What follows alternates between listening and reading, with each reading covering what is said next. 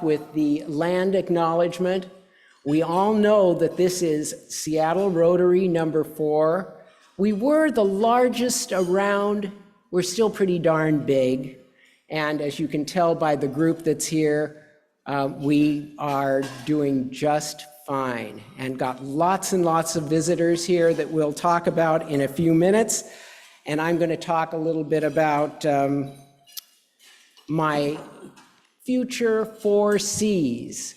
Now, these aren't 4 C's from the jewelry industry, as I told you before, but I promised you that I would tell you a little bit about them, but I don't have the time today to go into much detail because they're keeping me on a roll here with the number of visitors, with our music that's coming up, and with our general programming. So that the first thing I want to tell you are what those 4 C's are. Convening, we are here together. In convening, we are connecting. That means networking that we do. And that's something that I'm hoping we'll do more of here. You know, if we can start coming at noon, instead of coming at 12:30 for the lunch or just milling about, let's network a little bit more. And I saw people doing that today, and I'm really excited about that. The third C is cooperating. And I do hope we all cooperate. And I know Mary is going to need lots of cooperation from all of us. And the fourth C is communicating. In summary, Rotary's commitment to service and community development is deeply rooted in convening our members, connecting diverse stakeholders, fostering cooperation, and maintaining effective communication. We follow these things. Is it the truth? Is it fair? Will it build goodwill? And will it be beneficial to all concerned? So there's 4. We remember the 4 numbers. Anyway, enough of all of that, because we're not having an inspiration today. I'm your inspiration. So, thank you. As I said, we're doing things a little differently today. And I'm glad that everybody's getting served here. You know, we do have an anniversary table, and I don't see anybody wishing anyone happy anniversary. We'll do that in a little while. But we do have some music. And for that, I'm going to introduce to all of you again our former club president, General Jimmy Collins. And so we do have a little bit of a military aspect to things, and we'll see that a little bit later with Seafair. I'm going to put on my Navy hat, guys, so on all of that. So Jimmy, come on up, and Freeman, I'm glad you're going to be accompanying us because we can't do it without you. Go ahead, Jimmy. Thank you, President John. So just a quick note of introduction. We do start our meetings with music. There's a reason. All of you are busy people. You're coming from and going to, and your mind has been 1,000 places, and we want to get you in the room. And the research shows that if you participate in a common activity, and that means participate, so we're all going to sing, the likelihood that you will be in the room for the next hour is very good. So the song that we've selected is in honor of the topic in the program today, children and youth. And Rotary International has 7 focus areas. 3 of them touch on children and youth. And so we love to share this. Maestro, Freeman Fong, we're going to sing a Whitney Houston song, and I know all of you have heard it. I'd like to hear it, okay? Let's go.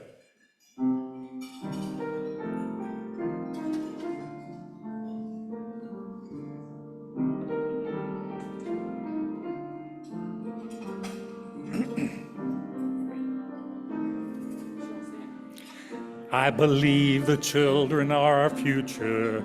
Teach them well and let them lead the way.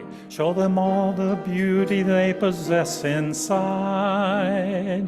Give them a sense of pride to make it easier Let the children's laughter remind us how it used to be. Everybody's searching for a hero. People need someone to look up to. I never found anyone who fulfilled my needs. A lonely place to be. And so I learned to depend on me. Long ago, never to walk in anyone's shadow. If I fail, if I succeed, at least I live as I believe. Matter what they take from me, they can't take away my dignity, because the greatest love of all is happening to me. I found the great love of all inside of me, greatest love of all is easy to achieve. Learning to love yourself, it is the greatest love of all. Thank you so much, Freeman, and thank all of you.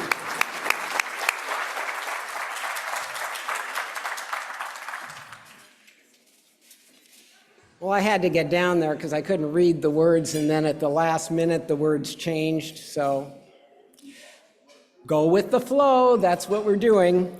I really want to thank both Jimmy and Freeman for the music, and a very appropriate song today for the theme of the day, talking about children and our caring for future generations. I want to thank Logan Riley for meeting reporting, David Bobanek and Ford Van Winkle and John Hopaboom for greeting, and I want to welcome all the guests that are here today. And boy, are there a lot of guests. So, and I appreciate them all. We have visiting Rotarians. Vicki, you can sit down over there for a while because the list is long. We have from visiting Rotarians, Kathy Hall from Tacoma 8. Guys, do hold your applause because your hands will really hurt otherwise. Karma McKay, who has worked with us and was a past University District Rotary president, and Jose Ineguez from PK Rotary, Eric Lashavier from the Rotary Club of the Pacific Northwest to end sex trafficking. And Virginia, I know you are here, right? We also have a present president, a brand new president, former city councilman David Della is here from the International District Rotary. And a few more of the guests. Did I mention we also have Julie Nelson from our Tukwila Rotary, and Daniel Seidel from Bellevue Rotary. So we've got plenty of Rotary people. We also have the following people that are guests of mine. First of all, I should mention my brother, and he could have done the inspiration, Rabbi Dan Bridge and his spouse, Sim. You guys can stand up too so that they know that you're sitting in the back of the room. We also have guests of Freeman Fong. We have Abdullah Ali and Abdirashad Hershey, both guests of Freeman Fong.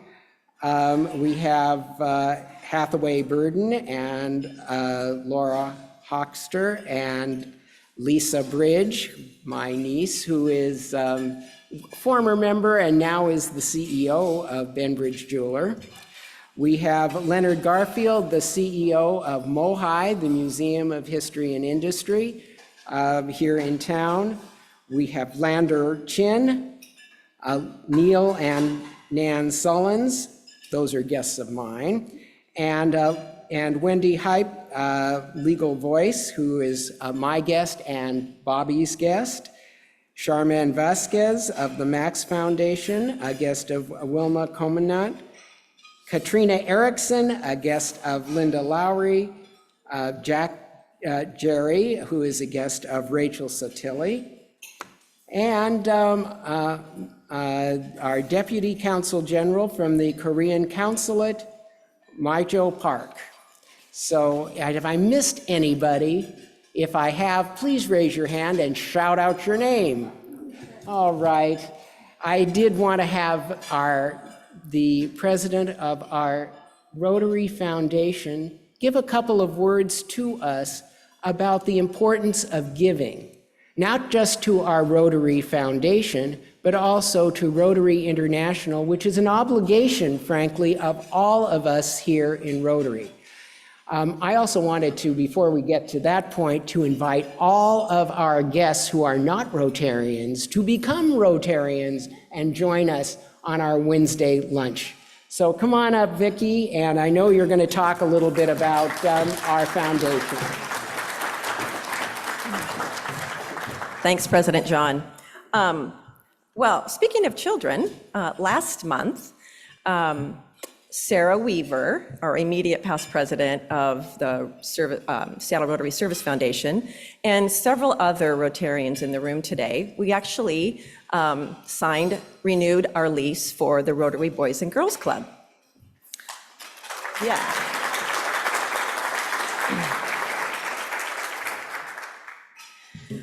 So a little history, because we think that this is very, very interesting. The Seattle Rotary Service Foundation actually began in 1939, so way back when, and it was called the Rotary Youth Foundation. It operated out of the basement of the Plymouth Congregational Church, where we're going to be meeting in a couple of weeks, and it was called the George Coleman Clubhouse. It supported young boys through programs such as vocational, social, and sports. In 1947, it became part of the Boys Club of America. And then by 1953, the club actually outgrew the church facilities. And so the next year, the foundation purchased property at 19th and Spruce, so it should be familiar to many of you, and built a new clubhouse. For 18 years, the Seattle Youth Foundation actually ran this club and then changed the name to the Seattle Rotary Service Foundation in 1968. In 72, the financial and operating responsibilities were actually transferred to what is known today as the Boys and Girls Club of King County. Girls were admitted in 1977, yay. And then the Seattle Rotary leadership and the foundation got together and built a second floor to the clubhouse, which housed the Rotary Educational Assistance Program, or REAP, and it was dedicated to a longtime Rotarian, Phil Smart. It's computer labs, arts and crafts, and if you are asked to volunteer, there is a Reading Partners program through the Rotary Boys and Girls Club if you want to help children learn to read. So that is a big opportunity to participate. So all of this is really to share with you that the foundation has been around for a very long time, doing really good work in the Seattle community. A few other big projects that we support: Harvest Against Hunger and Wellspring Family Services.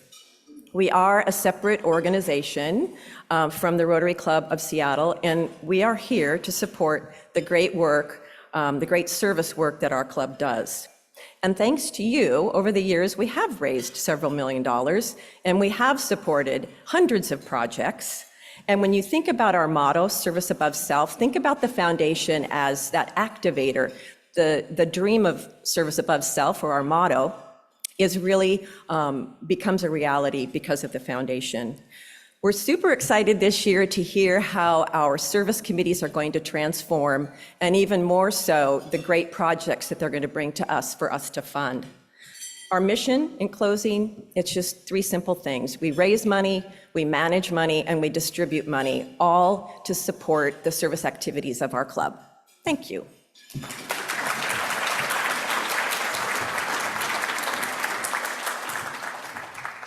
Thank you, Vicki. You know, one of the things that we really want to do this year is to start emphasizing the projects that we are involved with, that we do, that are funded through our Rotary Service Foundation. It's extremely important for all of us to know what we are doing in the community and what we're doing on a worldwide basis through Rotary International.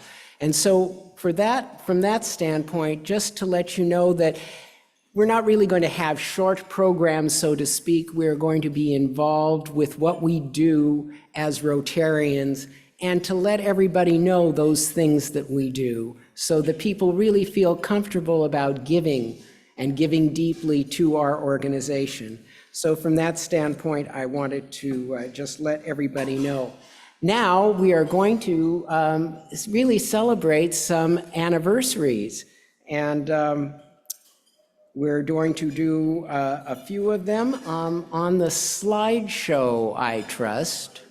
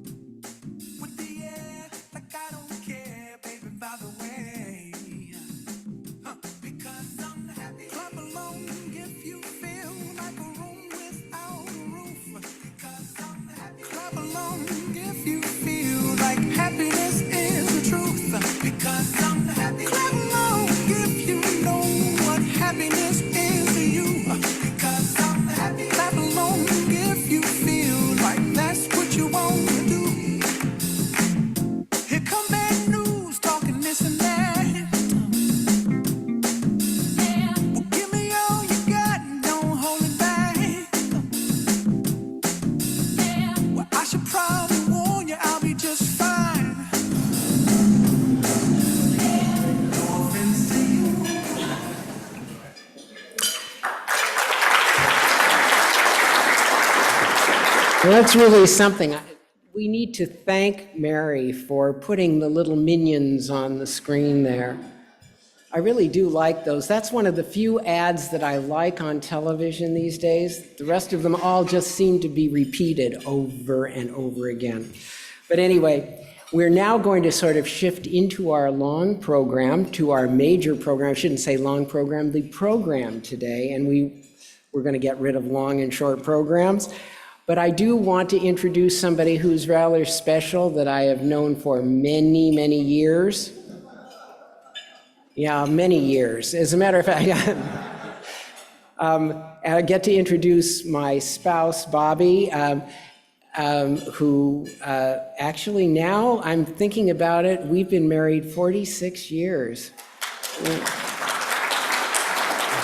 And the applause is really for Bobbe. She's managed to put up with me for 46 years. It's the other way around too, but that's...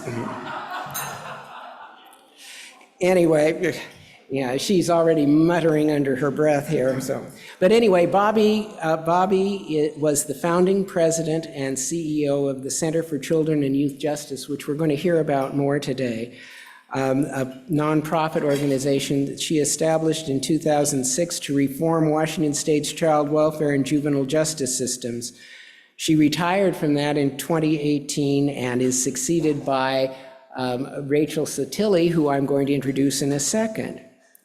Bobbe was, aside from the fact that we both went to law school together at the University of Washington and finished in 1976, doesn't seem like it was that long ago, but there's some of you here that, yeah, Bobby's telling me to keep moving here. All right. Bobbe was on the King County Superior Court from 1990 to the year 2000, where she was Chief Juvenile Court Judge and the presiding judge also for the King County Superior Court. And then she joined the Washington State Supreme Court along with Justice Faith Ireland, who is also present here today.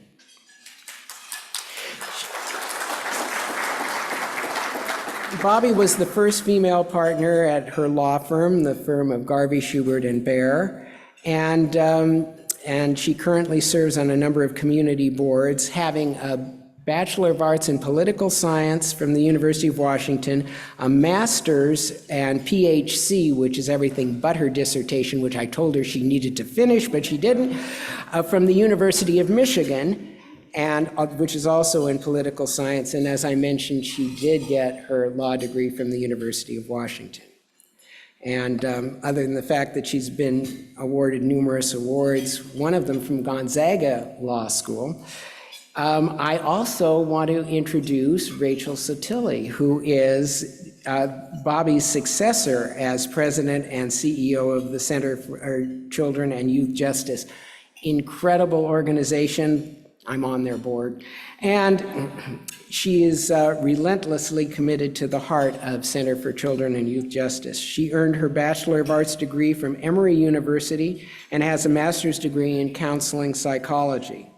She was recipient of the National Association of Social Workers 2014 Citizen of the Year Award for Miami-Dade County, and she serves on the Washington State Commission for Children in Foster Care, the Washington State Gender and Justice Commission.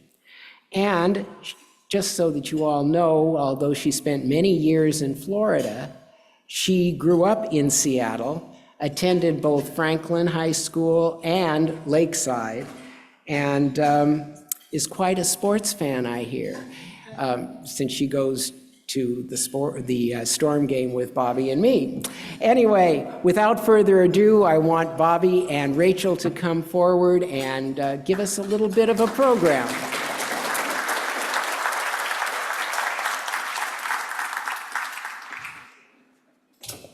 Note to selves, you guys. When he starts ad-libbing, just kind of put the, whatever the Rotary sign is for stop now.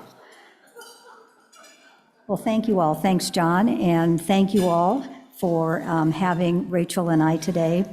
I'm going to start by giving hopefully a brief introduction to the history of the center, its founding, its kind of mission and goals from the beginning, and then turn it over to Rachel, as I did 5.5 years ago, and say, take it away, babe, and she certainly has, and brought it to whole new levels, which you will see and hopefully be proud of what she is contributing. She and her fabulous folks are contributing to our wounded world.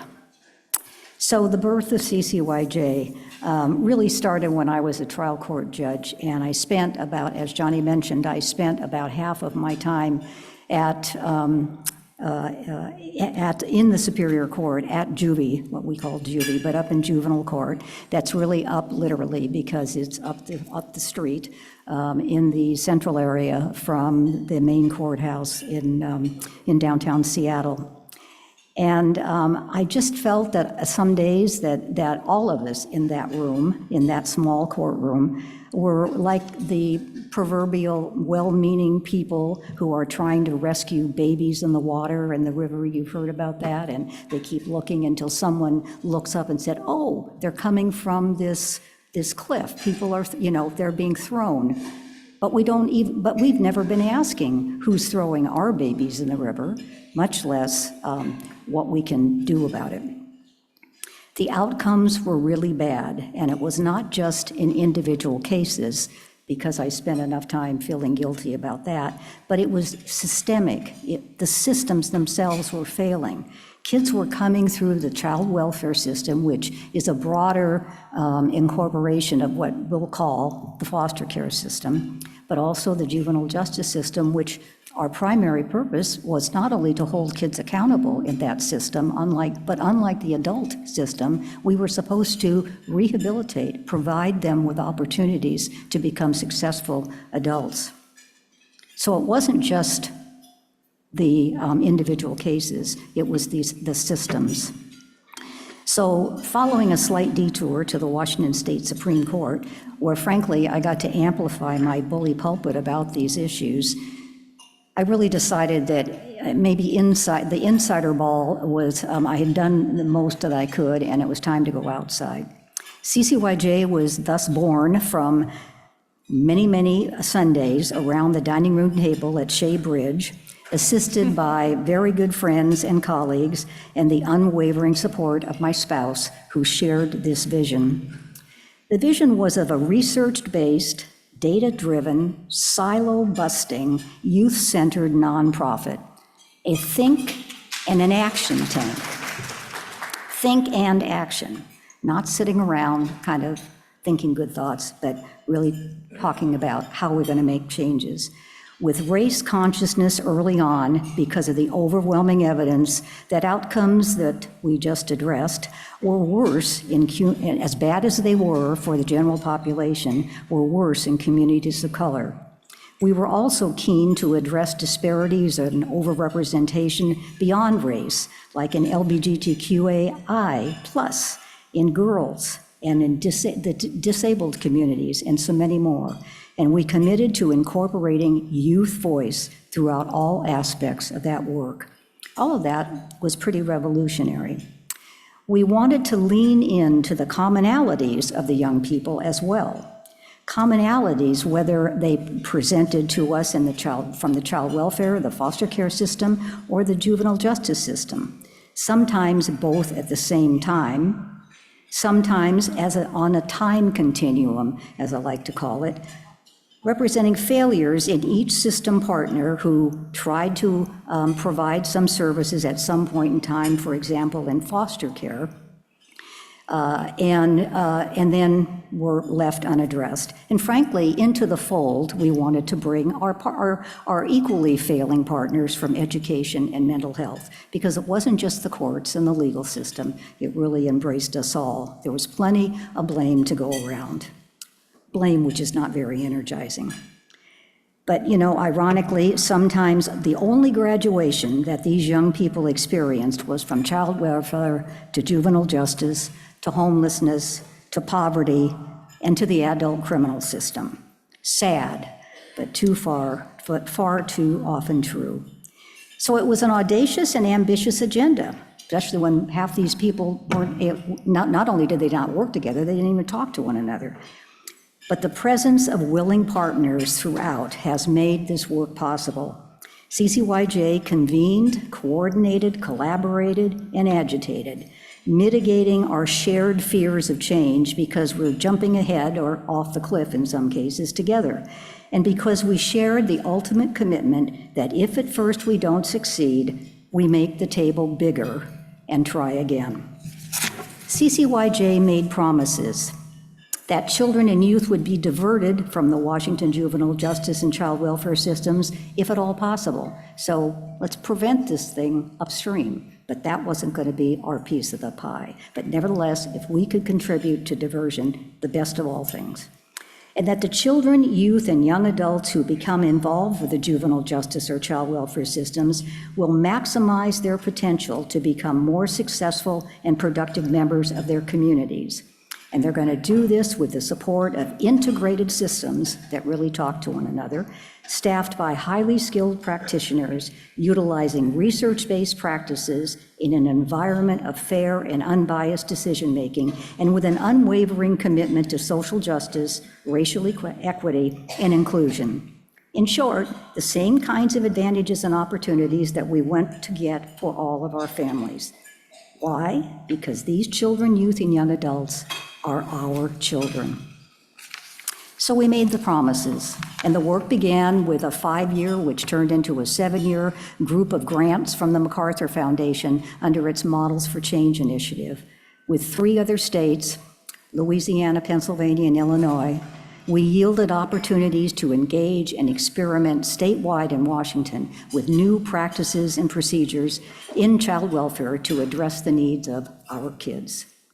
And we moved further forward towards fulfilling those promises in juvenile justice and child welfare on many other fronts, thanks to the commitment of extraordinary staff, some of whom are here today, Wendy and Hathaway in particular, partners in private and public sectors, and the young people themselves from these systems who shared their wisdom with us and who inspired us with their courage and their grit.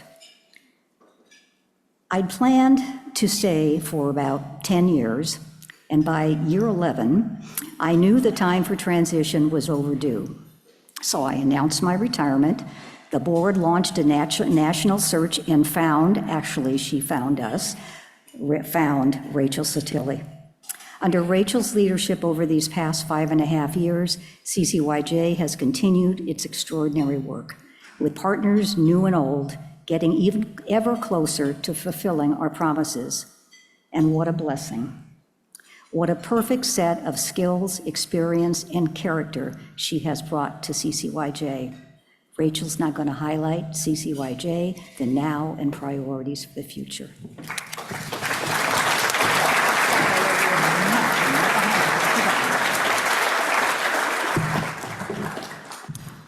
It is an honor to serve in this role.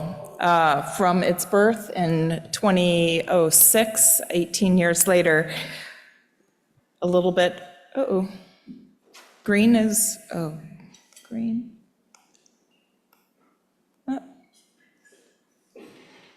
No. I'm missing the slide deck here.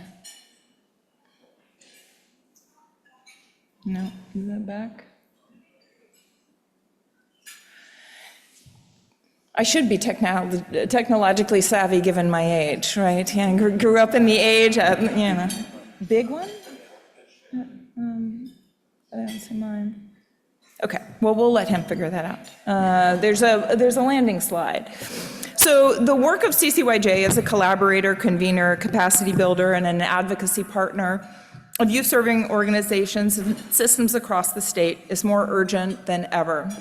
CCYJ's mandate is to improve outcomes in Washington state for children who are ages 0 to 25 at risk of being involved in or in the foster care and youth juvenile justice systems. As the experiences of these children are subject to many of the same challenges and traumas, our efforts within these fields frequently overlap. In both systems, youth who are BIPOC and youth who identify as LGBTQ+ are overrepresented. Our work accordingly is always designed to be inclusive and ever framed in an equity lens. Do we have no slides? Well, you just saw our mission, our vision, our equity statement. It's on our website. Check us out, ccyj.org. CCYJ is not itself a direct service organization. Our staff do not work with directly the kids who are in need of care. Instead, we achieve sustainable improvements in the health, safety, and well-being of young people in Washington state by applying 3 distinct modalities across the entire ecosystem of care. So can you fast forward? There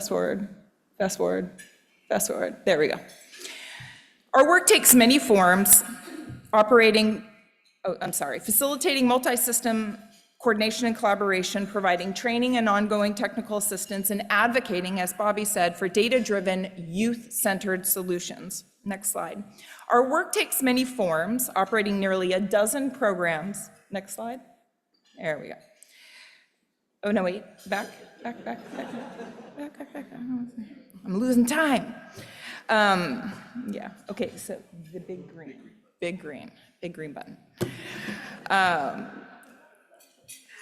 So our work takes many forms, operating nearly a dozen programs to address a wide variety of critical issues to the well-being of children in our state. We are, in short, much in part because of Bobbe, a trusted partner for any individual, group, or agency committed to positive system change. So I just returned from Venice a few days ago, I'm still a little jet lagged. A lifelong bucket list item for me as the grandchild of Italian immigrants. And so there I was, standing in St. Mark's Square, beneath the grand entrance of the Palazzo Ducale, and I snapped this photo,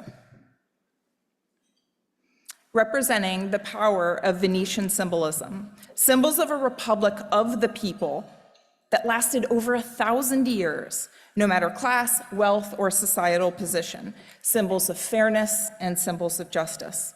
And shortly thereafter, I saw a familiar symbol. So I did some reflection on the origin of Lady Justice with roots in Egyptian, Greek, and Roman mythology.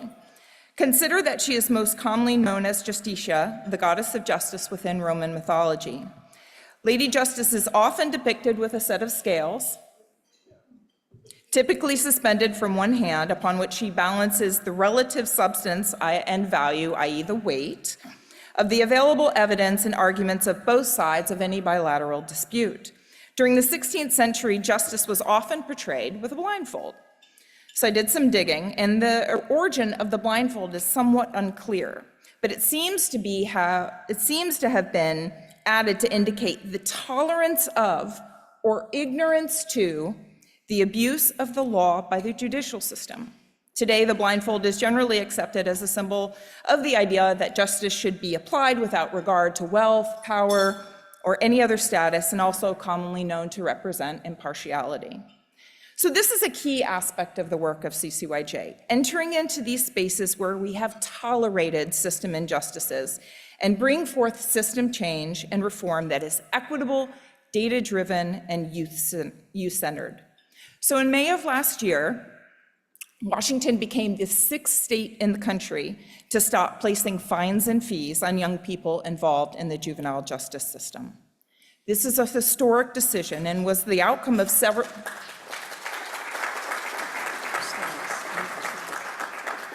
Thank you. And was the result of many years of effort led by CCYJ, Stand for Children Washington, which is a statewide chapter of a national child education advocacy group, and a coalition of more than 20 partners, the Department of Children and Youth and Families included. Our youth fines and fees work began in 2021, thanks to John making an important connection between two executive directors. And we began examining the old law dating back to the 1970s, where families of children in the juvenile justice system were compelled to pay a percentage of their gross income to help cover the costs of their child's incarceration. Did you know that about Washington statute? Whatever the motives were for the law, in practice, people found that the statute, called parent pay, added in detrimental ways to their already significant burdens. Many families facing financial hardship were forced to forego basic human needs, housing, food, in order to pay the fees. And for many, the result was a vicious cycle that kept families impoverished and entrenched in the system. We looked at the data, and only 25% of parent pay was actually paid, the fees. Further, the absurdity with the recouping of the parent pay fees was a line item in the Department of Children, Youth, and Families budget, hindering them with a financial burden to fulfilling their responsibilities. So CCYJ, with our partners, we got together, we began educating lawmakers about parent pays and equitable impacts on families and youth of color, and we called for the repeal of that law. As a result of this work, in early 2022, state leaders enacted new legislation bringing parent pay to an end and eliminating nearly $41 million in outstanding debts related to these fees. The passage of House Bill 2050 was a huge victory, not only for justice, but also for economic opportunity. Being freed from unfair and counterproductive financial obligations set many young people and their families on a new path towards self-sufficiency. In 2023, CCYJ, Stand, and our coalition of partners extended our advocacy by championing the effort to pass House Bill 1169. This bill eliminated the statutes that authorized courts to impose any monetary fines and fees in juvenile cases and made all juvenile debt that is unrelated to restitution uncollectible. Yet our work was not over on this issue. Debt that was no longer collectible was still being reported to credit bureaus and appeared in background checks, and in some cases led to unlawful harassment by private debt collectors. Oh, I'm so gonna run out of time. Even when this does not ensnare a young person in the system, this debt can keep them from being able to meet their basic needs like housing, education, employment. So our work is about ensuring fidelity to the intention of the law and holding accountable the systems responsible for fulfilling it. This year, CCYJ joined again with Stand. We called for advocating the passage of Senate Bill 5974, and we got rid of it all, like finally. The language is in place, and it's now null and void, and it's now in the court record. And so our success in helping end fines and fees and parent pays, these are great examples of how CCYJ's advocacy is leading system-level change collectively, and how reform is ongoing and iterative. And sometimes it's steady and slow, and sometimes, especially when the infrastructure is in place, rapid and astounding. A decade ago, CCYJ launched LINK, Leadership, Intervention, and Change, to help reduce group and gang violence in King County. Now, years after steady foundation building and growth, the program is emerging as a dynamic, cohesive, and collaborative strategy in ending the crisis of youth gun violence. So we launched LINK. We were the first site in the nation to have a regional approach to the comprehensive gang model, which was developed by the Office of Juvenile Justice and Delinquency Program Prevention, which is a division of the Department of Justice. Late in 2023, DOJ, that's the Department of Justice, they tapped us to lead the next stage of this effort, which is building, strengthening, and coordinating a county-wide community-based violence intervention ecosystem that could effectively reduce gun violence.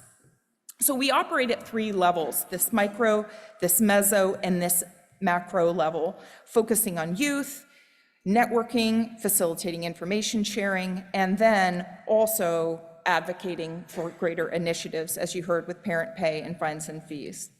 And interventions take time around community violence. They take a lot of time.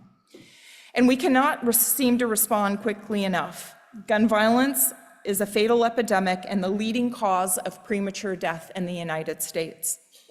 In the wake of COVID-19 pandemic, Washington, like much of the nation, experienced a devastating increase in gun violence.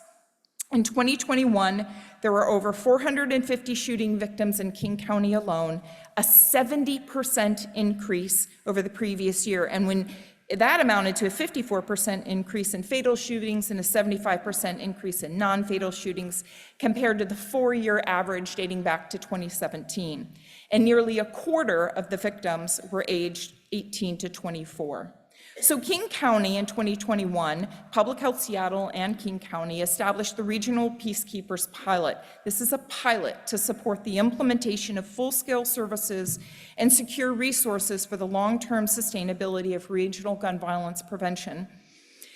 So this pilot supports multi-organizational network that is focused on rigorous intervention, targeted prevention, and follow-up supports.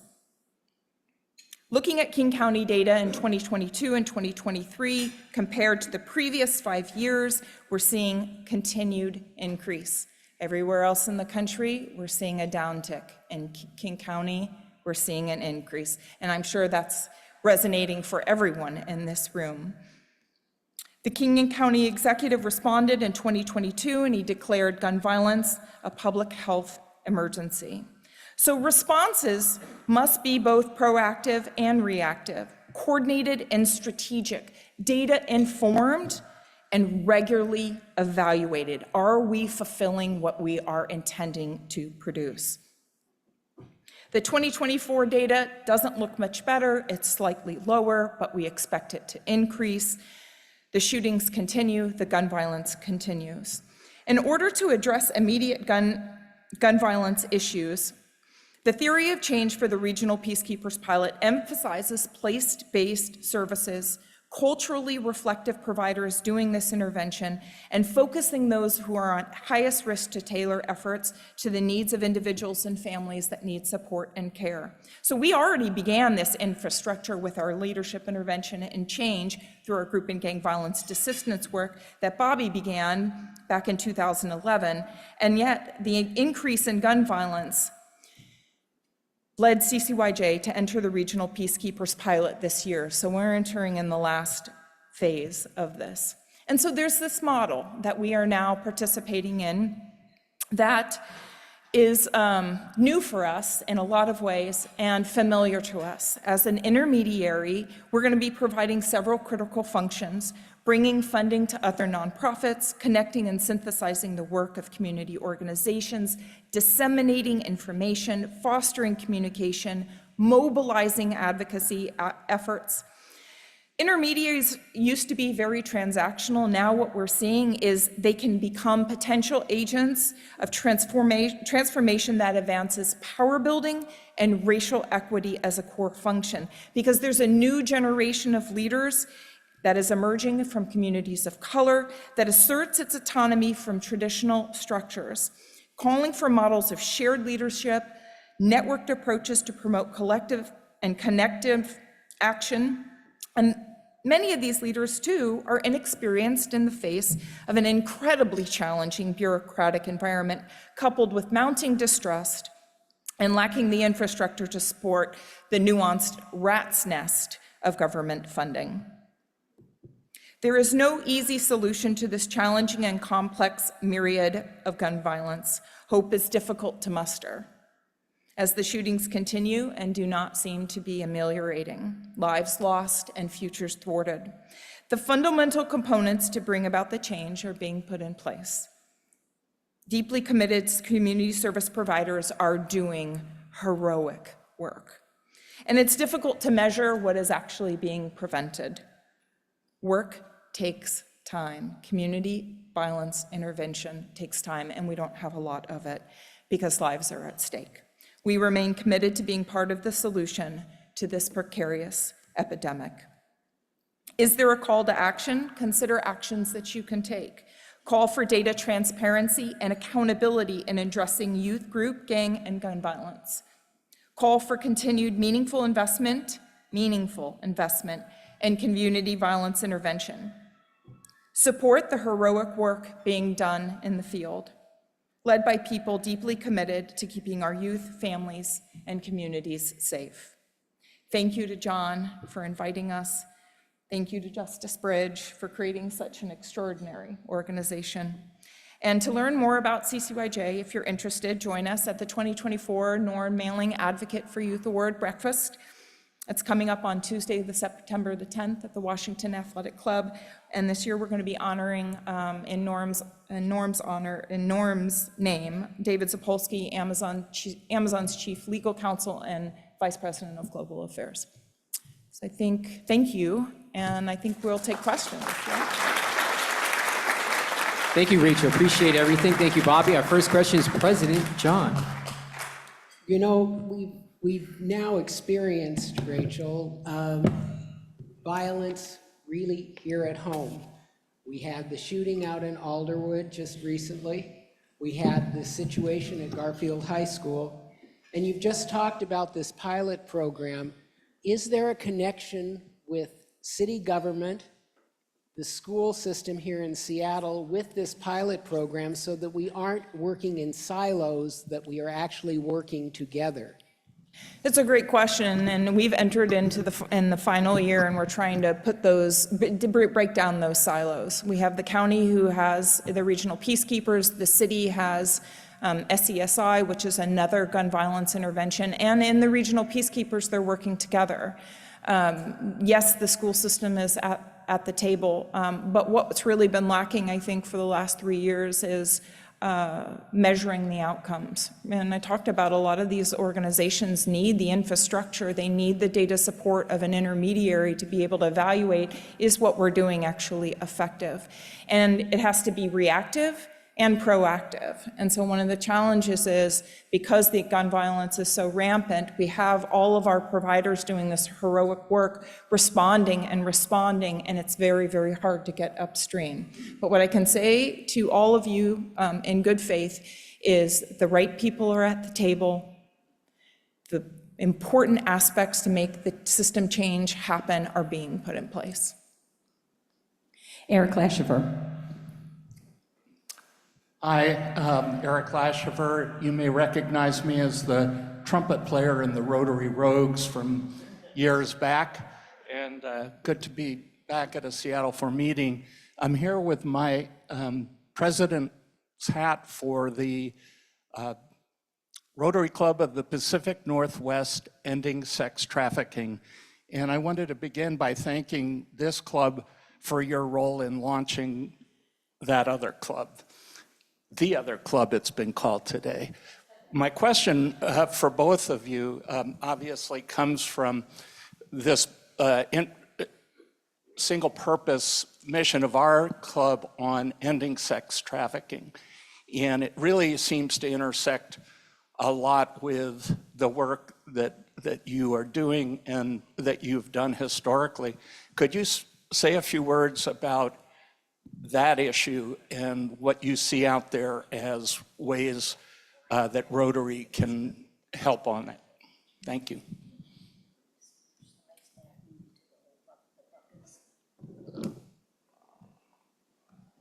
We actually helped the beginnings.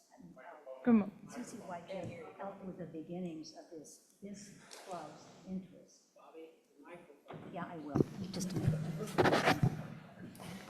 We were actually working with Virginia when she had the brainchild about it, and when we were just beginning the work on what we call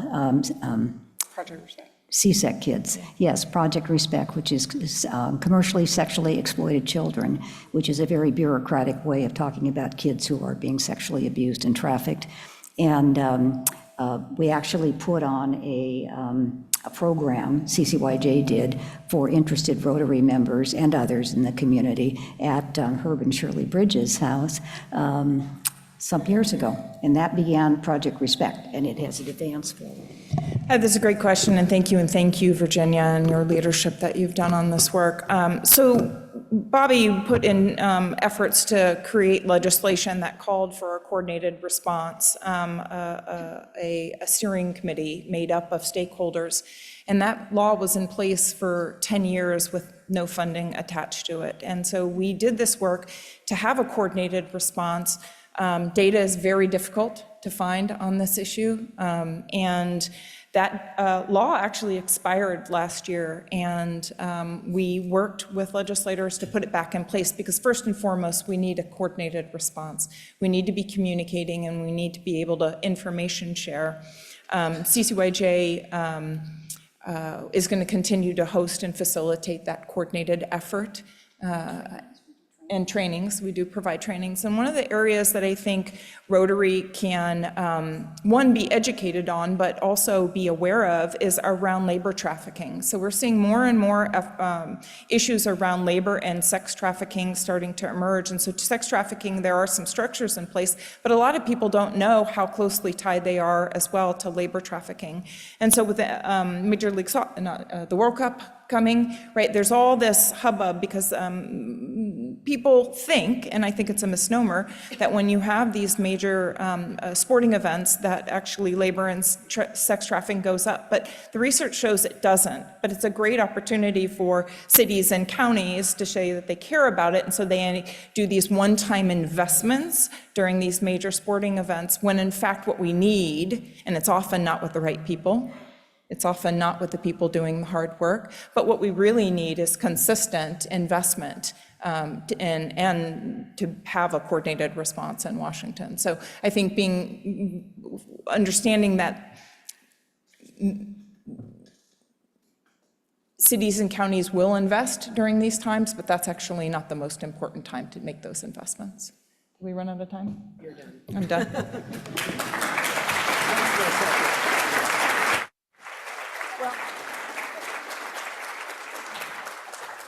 I'm not totally done with you guys. We want to thank you for a great presentation, great organization, if I do say so myself. I am just really thrilled. What we want to do is to provide you thanks for participation in the program today.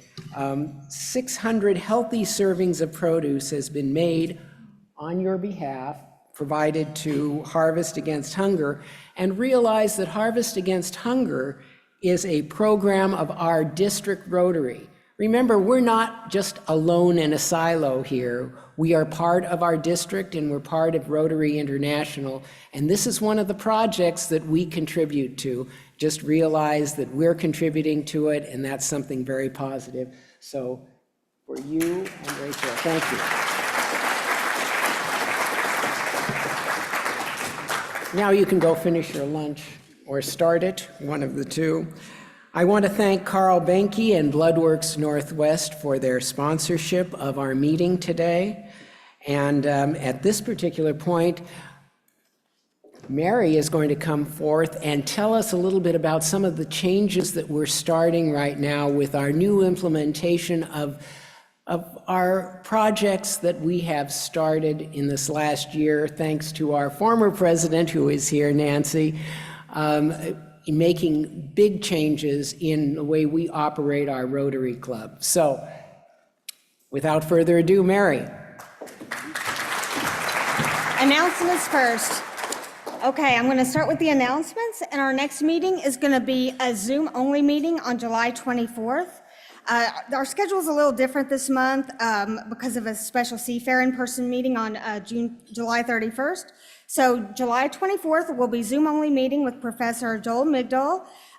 You don't have to RSVP for the Zoom-only meetings, but just know that it's Zoom-only.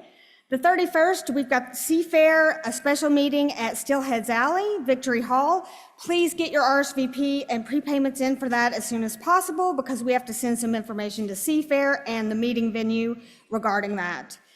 August 5th, we have an open house from 12 to 1 at Plymouth Church, which is going to be a new meeting location for us. So if you're on your lunch break and you have some free time, please come by, get a feel for the space, find out where the restrooms are, and ask any questions you may have. So, and then August 7th, we will be at the new meeting location for Dr. Lee Hood, who is a famous biologist. So stay tuned for that. And then I will go to my last slide, which is going to show you some of the updates with our new pay structure. I wanted to thank you all first. I was very pleasantly surprised at how many of you all were able to RSVP and prepay. I think it was over 80, so good job, you all. Here's kind of a breakdown. I should have gotten in touch with you if you were previously on annual billing with a program plan and you had paid that bill recently. So you're kind of paid up for the year. You still need to RSVP for things. If you have not received an individual email from me regarding that, you can email me and check. If it wasn't processed before we made the change, we probably just went ahead and put you on $60 a month billing. So I know all this is very confusing, but you all have done a really good job so far. So just, if you have questions, ask me, but otherwise, y'all are doing pretty dang good, so thank you.